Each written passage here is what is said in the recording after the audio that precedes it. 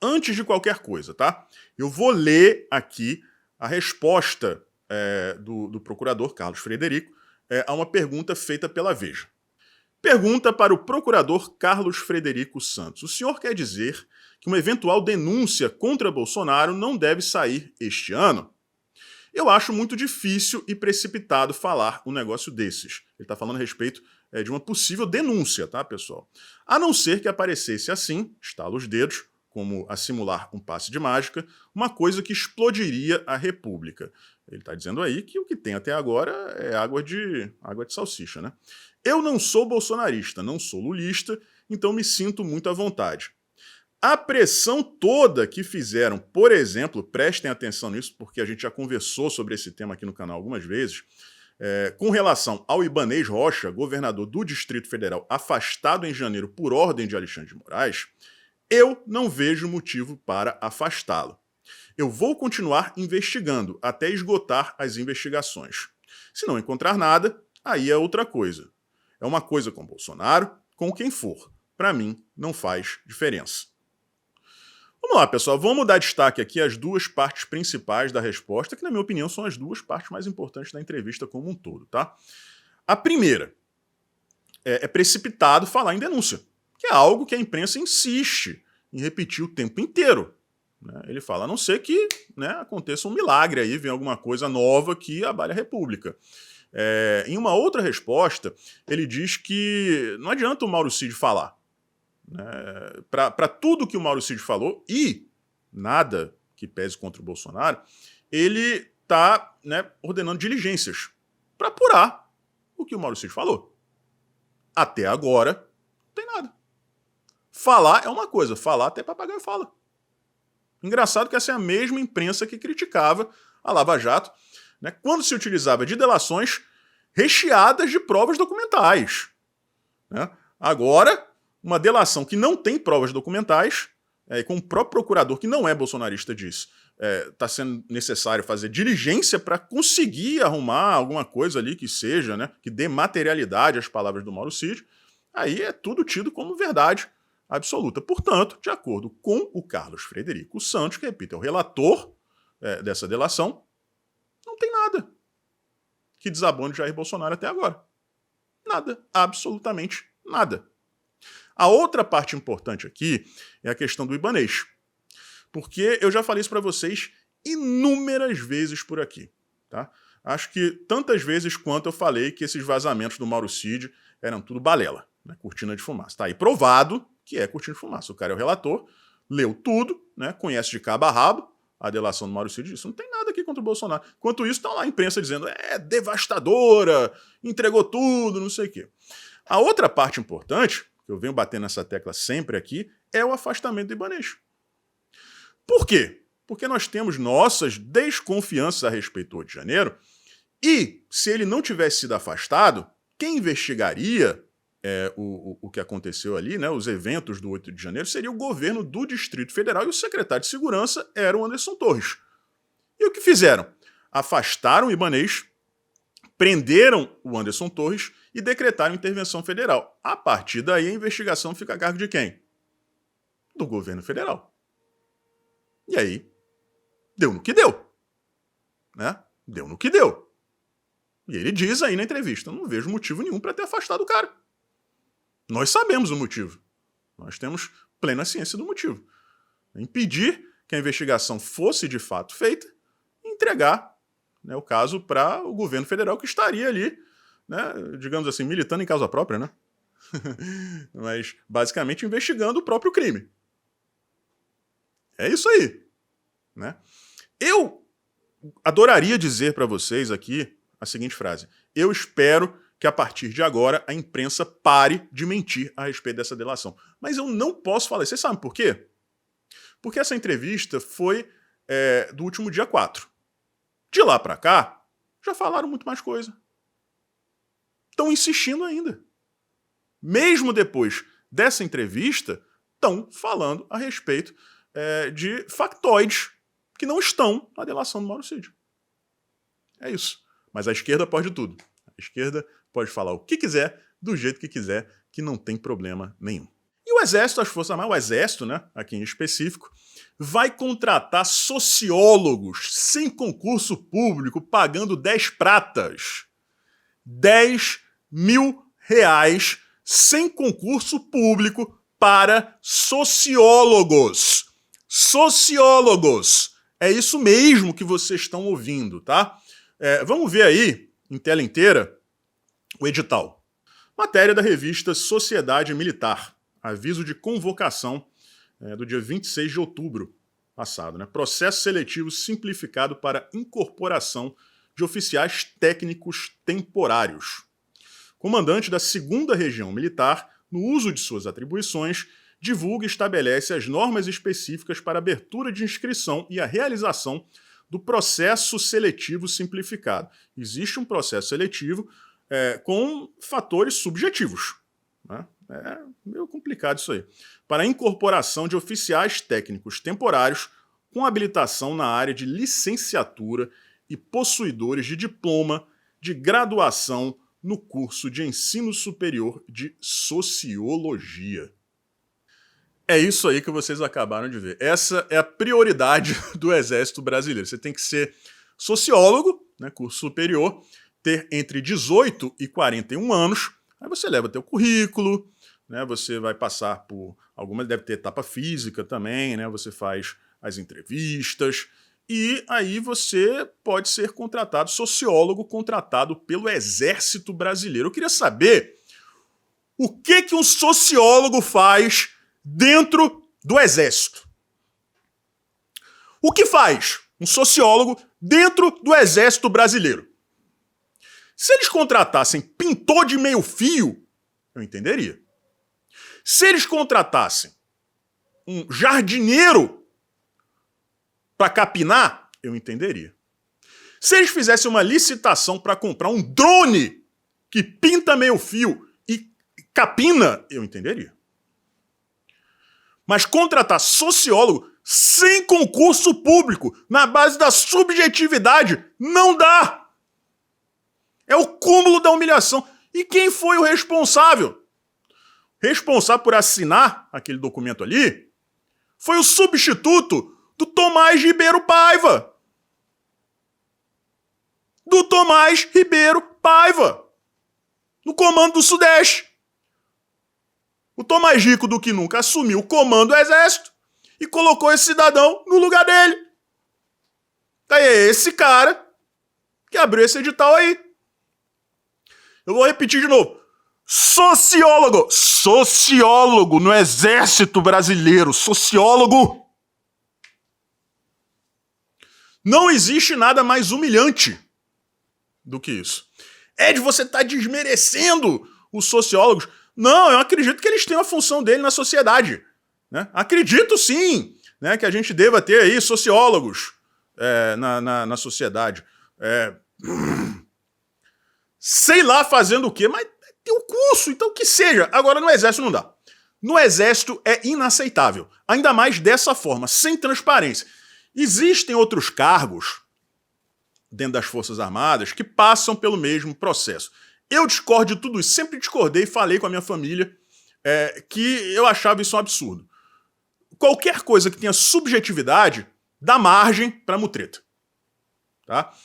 O concurso público também não é o ideal na República das Bananas do Brasil, porque você vê a BIM, por exemplo, a Polícia Federal, hoje em dia está empestada de esquerdista.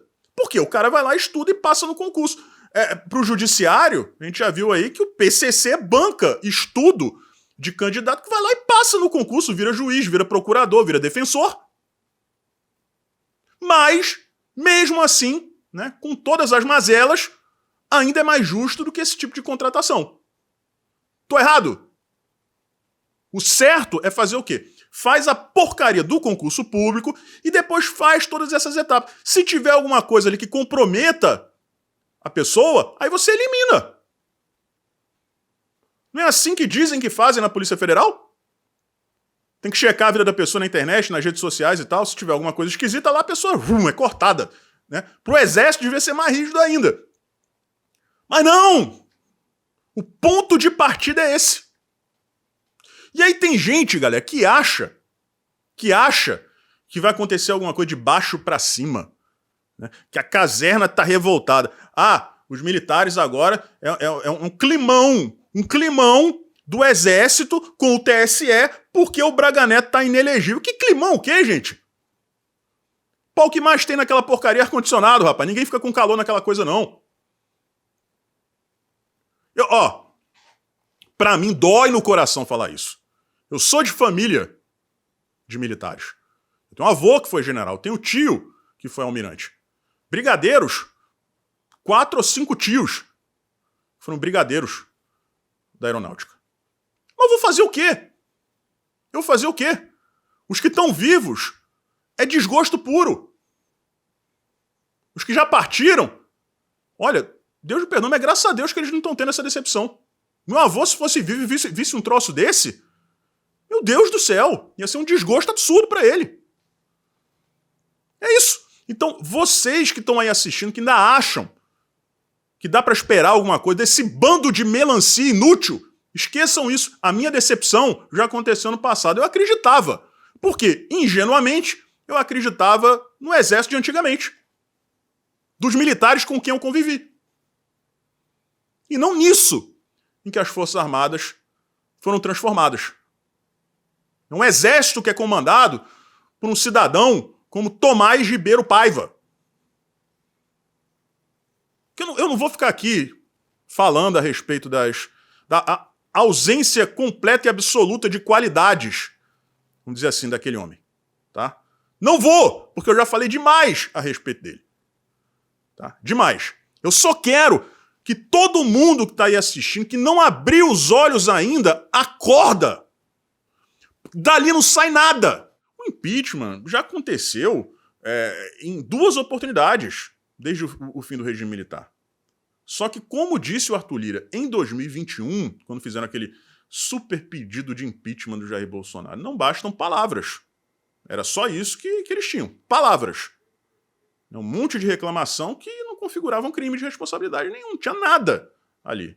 Eram pastéis de vento, né? Um monte de pastel de vento que eles juntaram e transformaram aquilo num super pastel de vento que chamaram de super pedido de impeachment.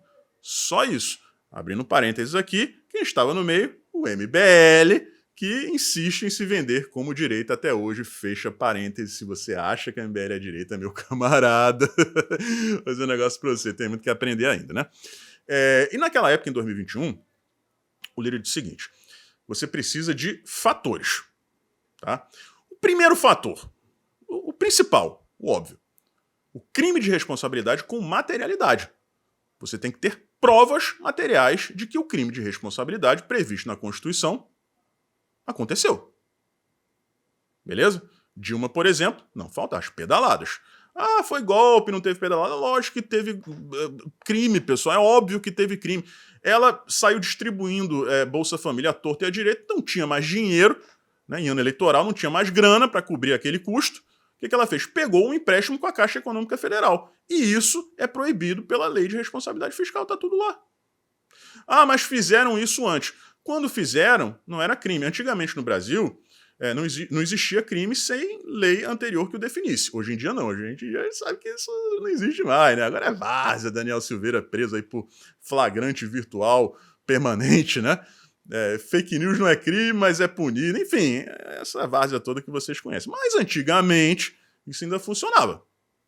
Então, existia a materialidade, existia o crime, existia a materialidade. Depois disso, o presidente da República não pode ter uma base forte dentro do Congresso Nacional, porque se tiver a base forte, vão dar aquela enrolada. Né? Não vão permitir que o impeachment desça para o Congresso. E o Lula não tem essa base. Hoje, né, na data de hoje, dos 3 fatores, esse é o que nós já temos. O Lula não tem base. Ele só consegue passar alguma coisa comprando o Congresso Nacional. Fora isso, ele não consegue. E se ele continuar comprando, né, vai faltar dinheiro, já vai faltar de todo jeito, e aí o fator primordial, número 1 da lista, vai acontecer, que é não cumprir a meta fiscal. E foi isso que disse o Arthur Lira ontem. O próprio Lula já disse, a gente não vai zerar o déficit, não vai cumprir a meta. E o Lira disse ontem, se não cumprir, vai arcar com as consequências. A consequência é o processo de impeachment. Tá? Quando isso acontecer, que já está no fogo ali, né? A panela já está assando, aí, pessoal, é que nós vamos entrar em campo. Porque são os 3 fatores.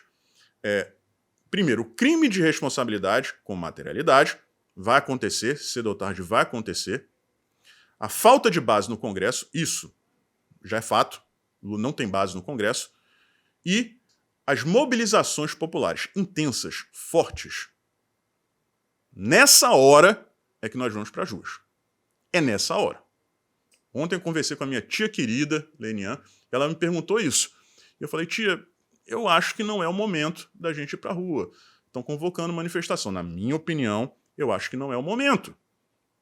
Eu acho que a manifestação tem que ser uma consequência direta dos 2 primeiros fatores. Até lá, vamos deixar o cara se desgastar, porque ele já está com o meio caminho andado. Já está com o meio caminho andado, pessoal. Então a minha opinião é essa, tá? Ele não vai conseguir conquistar essa base dentro do Congresso de maneira orgânica.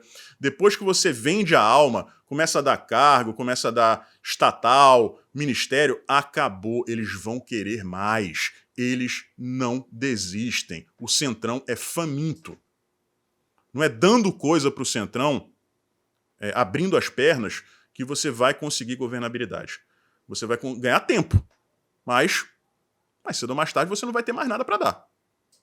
Isso aí ele já não tem. Vai cometer o crime. É impossível com essa irresponsabilidade fiscal, essa loucura que é a deseconomia do Fernando Haddad, do PT, da esquerda, não tem como, eles vão cometer. E aí, com o crime de responsabilidade, com materialidade, com a ausência absoluta de base no Congresso Nacional, nós vamos para as ruas. Aí, pessoal, não tem quem segure. Não tem quem segure. Por isso que eu disse, tem que ter paciência, tem que ser estratégico. Tá? A gente tem que começar a construir isso. Aí vai ter a pessoa que vai dizer, mas Ed, se o Lula sofre impeachment, quem entra é o Geraldo Alckmin. Vamos deixar para falar sobre isso mais para frente. Agora, eles vêm com essa notícia de que um dos líderes do grupo nega as mortes de civis israelenses naqueles primeiros dias, nos ataques originais, no dia 7 de outubro. Veja só que loucura, gente. A maioria das imagens foi feita justamente pelos soldados do Hamas. Body cams, né, as câmeras de lapela dos terroristas. Os próprios terroristas estavam soltando essas imagens nas redes sociais, na internet. Aí o cara, um dos líderes do Hamas, vai lá e nega tudo isso. Não, isso aí não tem nada a ver, não. Isso aí eu nego. Não teve ataque nenhum a civis, não. A crianças, a mulheres. Que loucura. Nada a ver, não. Aquelas imagens dos bebês decapitados, aquilo ali não existe. Tá? É um filme do Steven Spielberg. Né? A cena da garota de 19 anos saindo do porta-malas toda ensanguentada, com certeza violentada. Não, aquilo ali não aconteceu. É um filme do Chuck Norris. Esse é o nível de cinismo dessa turma que, infelizmente, a esquerda idolatra. Agora vamos falar do Flávio Dino. O que aconteceu, pessoal? Recentemente viralizou um vídeo de uma senhora portuguesa brigando com uma brasileira numa fila, parecia um shopping, uma loja, um supermercado, não sei o que foi. E ela foi bem grosseira com a brasileira. Disse, vai embora, volta pro teu país e tal. Acho até que ela chamou de favelada, né? Alguma coisa assim desse tipo. Eu vou ser, pessoal, bem sincero com vocês, tá? Minha família tem casa em Portugal, então de vez em quando eu vou para lá. Lisboa realmente foi tomada por brasileiros. E não é a situação ideal. É isso que eu posso dizer para vocês. Realmente a população de Portugal está muito incomodada com a situação, porque brasileiro é brasileiro, né? A galera que vai para lá não respeita a regra, né? Normalmente é o brasileiro do PT. Tá? Vira várzea, vira bagunça mesmo. É uma situação complicada. O Porto, menos. Tá? Menos. Mas Lisboa, pelo amor de Deus, tomada de assalto pelos brasileiros. Então, realmente, o povo de Portugal está incomodado. E é uma educação diferente, não tem como negar. Né? Dito isso, não é legal aquela senhora falar aquilo. Né? Aí vem o Flávio Dino, que ao invés de se portar como ministro da Justiça, né, um representante do Estado brasileiro, que, diga-se de passagem, tem uma relação excepcional com Portugal desde sempre, e diz que, beleza, manda aí os brasileiros de volta, mas manda junto o ouro que vocês roubaram da gente. Isso é o tipo de coisa que o Flávio Dino pode falar em casa, com a família dele, com os amigos, tomando uma cerveja, né? Isso ele pode falar. Agora, como representante do Brasil, não pode. Essas são as pessoas que diziam que o Bolsonaro falava bobagem. Sabe? Assim, olha o contrassenso, galera. Uma contradição. Que coisa bizarra. Ministro da Justiça soltar uma dessa. Né? Aí vai ter gente que vai defender, a esquerda vai defender. Não, mas realmente eles levaram ouro daqui para lá. Não interessa. É mais um capítulo dessa lorota, dessa basófia de dívida histórica. O que aconteceu no passado, aconteceu. Acabou, galera. Acabou. Eram outros tempos. E diga-se de passagem, Portugal não foi o primeiro a chegar aqui no Brasil, não. Essa é mais uma mentira que os livros de história contam. Não foi Pedro Álvares Cabral que descobriu o Brasil, foi Portugal que tomou conta de tudo. Né? E aí o que acontece? Os portugueses estão pé da vida com a declaração do Flávio Dino. Estão revoltados. Um disse, chamou ele de macaco falador. Né? Já teve outro que disse assim, ah não, beleza, a gente pegou o ouro mesmo, é para tomar vinho verde e pegar a mulher brasileira. Né? Vinho verde é um vinho que tem lá, um espumante feito com... Não é vinho branco, não. É vinho verde mesmo, espumante, meio esquisito, ruim pra burro. Mas que eles gostam bastante. Né? E dentre várias outras coisas. Né? É um desastre diplomático pro Brasil. É uma vergonha inqualificável. O Flávio Dino é uma pessoa desqualificada. Ponto final. É um cara tirânico, é um sujeito tirânico que, se for colocado no STF, acabou. Aí esqueçam o impeachment do Lula, esqueçam qualquer coisa, porque a gente vai ter saudade do Alexandre de Moraes, que vai adorar, vai sentar no banco de trás e vai deixar o Flávio Dino tocar um negócio pra frente. O Brasil acaba se o Flávio Dino for pro STF. É um descontrolado, descompensado, completo. É o retrato do comunista orgulhoso. Tanto é que ele participa de passeata e vestido com foice e martelo e tal. Acabou o Brasil se esse cara for pra lá. A gente ter hoje o ministro da Justiça como Flávio Dino é uma decadência nunca antes vista nesse país. E ele, totalmente alheio a essa responsabilidade de representar o Brasil, dá uma declaração dessa, gente, que eu vou dizer um negócio pra vocês. Nem o Lula falaria aquilo. Nem o Lula é capaz de soltar uma besteira daquela. Essa é uma notícia que dá prazer de passar pra vocês. A nova vice-PGR, né, da Procuradora-Geral da República, disse que vai acabar com esse negócio de perseguir o Jair Bolsonaro sem motivo, sem provas, sem materialidade, sem substância nenhuma. Tá? Vamos ler a declaração dela, depois a gente volta. Abre aspas para Ana Borges, nova vice-procuradora-geral da República. Não cuido especificamente da investigação do 8 de janeiro, mas posso falar como Ministério Público. O que é investigado são os fatos. Se surgirem indícios de autoria e materialidade contra o ex-presidente, ele não tem imunidade e não tem isenção. Vai ser denunciado como qualquer cidadão que praticar um crime. Agora, ele não vai ser perseguido, porque a história do Brasil já mostrou que o Ministério Público não pode escolher alvos. Ela sabe, né, que não existe nada contra o Bolsonaro. A gente já viu um outro procurador, né, o Carlos Frederico Santos, dizendo que a delação do Mauro Cid é água de salsicha, um pastel de vento, não tem nada que desabone o Jair Bolsonaro ali. O ideal, já venho falando isso para vocês há um bom tempo, é que liberem logo o conteúdo dessa delação. Porque o que a gente percebe é a imprensa, né, tradicional se aproveitando do sigilo, que não existe, aparentemente, né, para ficar criando narrativa. Eles pegam um trecho que supostamente vazou, fazem uma interpretação criativa daquilo ali e espalham como se fosse o fim do mundo contra o Jair Bolsonaro.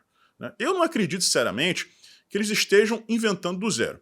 Eu acho que eles pegam uma partezinha da delação e, né, dão aquela anabolizada naquele conteúdo justamente para criar a narrativa. Aí quando sai a delação completa, não dá pra gente dizer que eles mentiram. Tá? Mas o ideal é que libera logo tudo. Se tá vazando, libera. Xandão disse, não pode vazar. Mas tá vazando, né? Então vamos acabar com a especulação e libera o conteúdo. O procurador Carlos Frederico Santos, repito, disse que não tem nada contra o Bolsonaro. Para evitar, né, essa cortina de fumaça aí que a imprensa insiste em fazer, só dando acesso a essa delação. E tá aí a nova vice-procuradora dizendo: vamos acabar com esse negócio. Tem que ter prova. Se não tiver prova, não tem como você partir para cima da pessoa. Vou repetir, galera aí do judiciário, isso aqui não tem nada a ver com o Brasil. Nada a ver com o Brasil. E eu vou trazer aqui matéria da Newsweek, tá? Que é um portal esquerdista nos Estados Unidos. Tá? Nível New York Times, super conhecido, tido como mídia tradicional. Aqui no Brasil, como se fosse Folha de São Paulo, como se fosse Estadão, como se fosse o UOL, como se fosse o Globo. Tá? O que aconteceu foi o seguinte: nos Estados Unidos, pessoal, as eleições não são apenas para cargos políticos, não, tá? Xerife, por exemplo, é eleito por voto. E juízes também, tá? Promotores, são todos escolhidos pelo voto. E estava tendo eleição para juiz na Pensilvânia, tá? E como é o sistema eleitoral de lá? Muda de estado para estado, tá? Cada estado nos Estados Unidos tem o seu próprio sistema eleitoral, tem suas próprias leis, né? É como se fossem 50 países diferentes, né? E de fato Estados Unidos, unidos ali, costurados por uma Constituição, mas eles mantêm, em grande parte, independência, tá? Então, no sistema eleitoral da Pensilvânia, existe o voto eletrônico e existe a impressão desse voto. E aí o que aconteceu? As pessoas estavam votando para juiz e quando foram conferir, o que estava no papel não batia com o que aparecia na maquininha. Gente, pela terceira vez para me garantir, eu não estou falando do Brasil, tá? Não é o mesmo sistema, né? Não são as mesmas máquinas, não são os mesmos operadores, não é o mesmo país, não é o mesmo cargo, não é nem mesmo o mesmo poder, né? A gente está falando de Estados Unidos, Pensilvânia, poder judiciário, maquininhas feitas por outra empresa, né? Mas o fato é que lá aconteceu isso. Os eleitores estavam pegando as cédulas impressas, comparando com o que estava aparecendo na tela da maquininha e não batia. Esse é o sistema que vai ser usado nas eleições presidenciais no ano que vem no estado da Pensilvânia. E aí? Um detalhe aqui, tá? Que muita gente não sabe é o seguinte: logo depois das eleições de 2020, você era terminantemente proibido de falar a respeito de fraude eleitoral naquelas eleições. Tá? Se você gravasse um vídeo no YouTube aqui falando sobre isso, ou falasse alguma coisa a respeito do tema no Twitter, no Instagram, no Facebook, não só o seu vídeo era desmonetizado, mas como provavelmente seria também derrubado, você seria punido pela plataforma. Tá? Um bom tempo atrás, já tem um bom tempo, isso caiu. Já é permitido falar, desde que usando argumentos, a respeito de uma possível fraude eleitoral nos Estados Unidos em 2020. Tá? E dessa vez, como vocês estão vendo aí, a gente está falando da mídia tradicional, a mesma mídia que negava a princípio que pudesse ter acontecido alguma fraude lá em 2020, literalmente no dia seguinte da eleição para juiz, ela própria, a mídia tradicional, está trazendo a denúncia. Eu falei com vocês em um vídeo recente sobre o possível impeachment do Lula. Algumas pessoas chegam e dizem: Ed, você está viajando. Gente, eu não prevejo o futuro. Ao contrário de algumas pessoas por aí, eu não digo que Deus escuta meu coração. Tá? Eu faço uma análise baseada em leis, em eventos, em declarações, na história. E tudo que eu mostrei para vocês aqui é fato, é verdade. O Lula não tem apoio no Congresso Nacional. Não vai ter. Tá? Ele não vai ter mais dinheiro para comprar o apoio, como ele vem fazendo até agora. Ele não tem apoio popular. A única coisa que sustenta o Lula hoje nem é o STF. É o fato dele não ter sido julgado ainda por algum crime de responsabilidade. Como eu disse aqui, eu não duvido que já tenha acontecido. Quando ele não tiver definitivamente mais dinheiro para comprar o Congresso, vai andar para frente. Aí, mais uma vez, os trens de repente vão bater. Tá? Nesse caso aqui, é a mesma coisa. Tá? É uma análise objetiva do cenário. O Benedito Gonçalves está deixando o TSE, porque é um rodízio, tá, pessoal? Depois, mais para frente, talvez ele volte, né? Se ele não ultrapassar a idade aí, mas desta vez, né, o mandato dele está acabando. Hoje ele sai, tá? Deixou o Bolsonaro inelegível 3 vezes, já virou piada, ninguém leva a sério mais, né? Não existe isonomia, imparcialidade, não existe nada, moralidade muito menos, né? Então, enfim, sai, não deixará saudades, para quem aprecia as leis sendo seguidas, tá? Quem entra no lugar dele? Isabel Galotti. Ed, ela é de direita ou ela é de esquerda? Eu não tenho a menor ideia, mas durante a campanha do ano passado, ela não era ainda, né, do TSE, ministra do TSE, mas já atuava no Tribunal Eleitoral, e ela, em todas as ocasiões em que o Bolsonaro foi alvo, né, de alguma ação da campanha do Lula, e a lei o protegia, ela ficou ao lado da lei, tá? Vamos colocar as coisas dessa forma, que é o ideal. A lei está lá para ser seguida. A lei eleitoral está lá para ser seguida, no mínimo, né? Ah, mas eles interpretam a lei. Ela fez o trabalho dela sem interpretar a lei. Tá bom? É isso que interessa.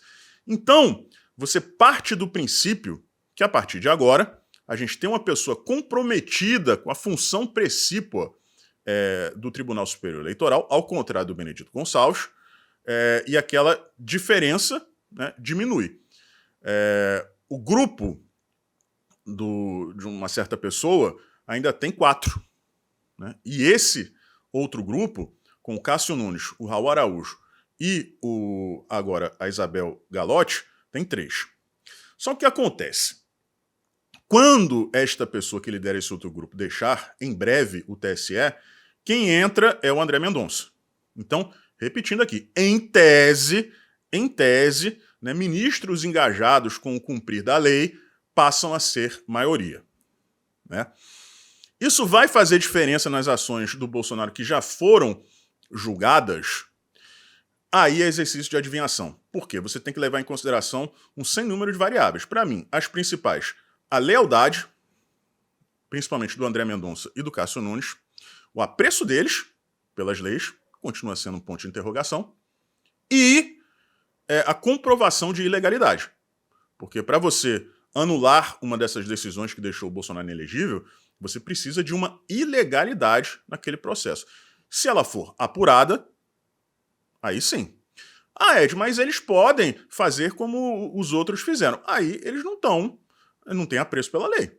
Não dá pra gente, né, pedir uma coisa deles, né, e também ao mesmo tempo pedir que eles não cumpram isso. Ou uma coisa ou outra. Se eles têm apreço pela lei, eles vão seguir a lei.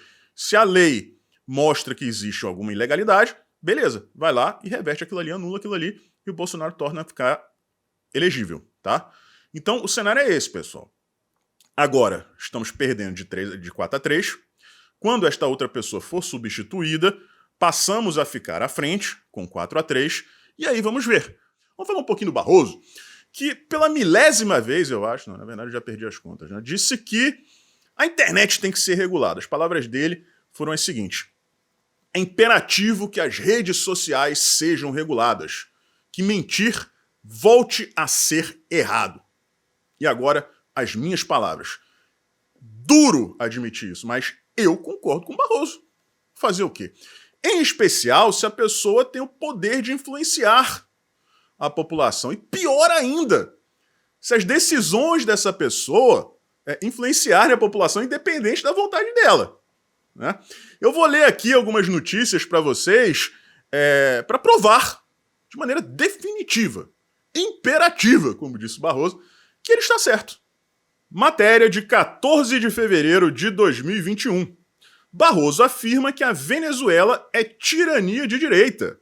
O ministro da STF disse ainda que as ditaduras de Hugo Chávez e Nicolás Maduro são orientadas pelo conservadorismo. Eu acho que isso aí é uma mentira, né? Advogado de Battisti, Cesare Battisti, comemora a decisão e reafirma inocência de ex-ativista. Matéria de 2010, Barroso, que era o advogado do Battisti. Isso aí antes dele ser indicado para o STF. Inclusive, foi por conta disso aí, né, que ele ganhou mais relevância e conseguiu a vaga. Barroso também afirma que a decisão é justa, porque Battisti é inocente dos homicídios, que os verdadeiros culpados transferiram a culpa para ele, né, em um segundo julgamento. Arrependidos e delatores premiados, alguns já condenados, que colocaram todas as culpas no companheiro ausente. Só que aí o que aconteceu, pessoal? Ele foi extraditado no governo de Jair Bolsonaro e confessou os assassinatos.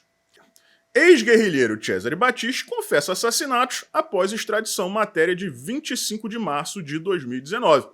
O ex-guerrilheiro italiano Cesare Battisti confessou pela primeira vez ter cometido 4 assassinatos na década de 1970, depois de anos negando ter feito qualquer ilegalidade.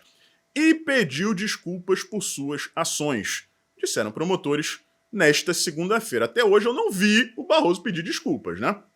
Já essa matéria é mais recente, pessoal. É uma fala do Barroso e o Metrópolis publicou em uma matéria.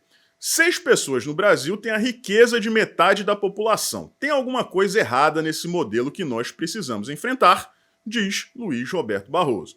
Presidente do Supremo Tribunal Federal fez críticas à desigualdade social em evento da OAB nesta segunda-feira. Foi no último dia 23 de outubro. E aí veio a checagem do Twitter. O relatório da Oxfam que menciona esse dado é de 2017. Portanto, já é antigo. E os 6 brasileiros mencionados, apenas 2 viviam no Brasil. E nenhum deles criou e ou possuía sua fortuna inteira no país. A informação está incorreta, pois atualmente o patrimônio somado dos 280 brasileiros mais ricos, listados na revista Forbes, é de 1,5 trilhão, o que equivale a 15,35% do PIB do Brasil. Pois é, Barroso, concordo contigo plenamente. Agora, quem vai decidir o que é verdade e o que é mentira? Se for você, a gente tá ferrado, né? Como a gente viu aí. Primeiro, Venezuela, ditadura de direito. Isso aí, galera, o Barroso, não é que ele tenha se confundido, ele sabe muito bem disso. Ele tenta confundir as pessoas se aproveitando da falta de informação. Porque é o seguinte, existe uma diferença grande entre esquerdismo e progressismo. Tá? Teoria de conjuntos. O progressismo está incluído no esquerdismo, mas o esquerdismo é muito maior. Abriga várias vertentes diferentes. O comunista raiz não está nem aí para essas pautas progressistas de liberação de droga, de aborto, nada disso, não quer nem saber disso aí.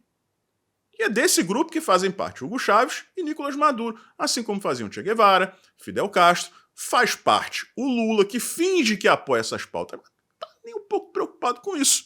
Meio ambiente, pelo amor de Deus. Você achar que um esquerdista das antigas vai se preocupar com o meio ambiente? Não, né, gente? O Barroso sabe disso, mas ele conta com a ignorância das pessoas para poder, né, passar essa desinformação. Isso é uma desinformação. Venezuela nunca foi, nunca será uma ditadura de direita. Sempre foi de esquerda. Agora, uma esquerda raiz das antigas. Né? Em relação ao Cesare Battisti, por favor, o Barroso, o cara já admitiu, né? A gente entende essa relação de cliente, advogado, de segredo e tal, mas já passou. Você não precisa nem admitir que sabia da verdade. Você pode se desculpar como ele se desculpou. Olha, ele me jurou de pé junto que era inocente, eu acreditei nele, agora peço perdão por conta disso aí. Né? Foi graças à defesa do Cesare Battisti que ele chamou mais atenção. Ele que já era, né, um advogado muito conhecido, professor universitário, competentíssimo, diga-se de passagem, né? Conheço pessoas de direita que foram alunas do Barroso e me disseram que ele realmente é um gênio do direito. Agora, infelizmente, ele usa isso da maneira errada. Neste caso, mentindo, né? E livrando um criminoso. Agora, não custava nada, repito, pedir desculpas. Né? Chegar agora a admitir. Se o Battisti admitiu, ele também poderia fazê-lo. Desculpa aí, foi mal, o cara realmente é um criminoso. Por fim, essa questão das fortunas, né? Não checou. Pega uma matéria antiga, de 2017, solta ao vento, irresponsavelmente, né? E toma checada. É difícil, pessoal. Se essas pessoas forem decidir o que é verdade e o que é mentira, não tem como. Vamos trazer aqui a matéria sobre essa celebração do Hamas, e depois eu vou mostrar para vocês uma outra matéria do início do conflito, com uma outra declaração exatamente do mesmo líder do Hamas. Vejam aí, isso é uma matéria de uma agência de checagem, último segundo. É verdadeiro que o Hamas parabenizou Lula pela vitória de 2022. O texto declara que Bassim Naim, guardem esse nome, líder político do Hamas, parabeniza o guerreiro da liberdade Luiz Inácio Lula da Silva por sua vitória na eleição brasileira, após derrotar seu rival e então presidente, Jair Bolsonaro, em um segundo turno eleitoral ferozmente disputado. O texto também afirma que o responsável do Hamas considerou a eleição de Lula uma vitória para todos os povos oprimidos em todo o mundo, particularmente para o povo palestino, e que Lula é conhecido pelo seu apoio forte e contínuo aos palestinos em todos os fóruns internacionais. A expectativa de Bassim Naim, segundo o site do Hamas, era que Lula pudesse mitigar todos os efeitos do apoio limitado do Brasil no governo Bolsonaro ao Estado de ocupação israelense. Agora vejam essa outra matéria do dia 18 de outubro. Hamas, a Fórum, a revista Fórum. A ação do dia 7 foi ato de defesa. Isso é um líder do Hamas dizendo que aqueles atos terroristas, né, aquelas atrocidades todas foram uma defesa. Estamos chocados com o Brasil. Esperávamos mais. E quem disse isso? Bassim Naim, presidente da Comissão de Relações Exteriores de Gaza e líder do Hamas. A gente tem um Hamas que parabenizou Lula pelas eleições de 2022 e que está chateado pra caramba com o cara porque achava que ele poderia fazer muito mais pelo grupo terrorista. O que seria esse muito mais, eu sinceramente não sei.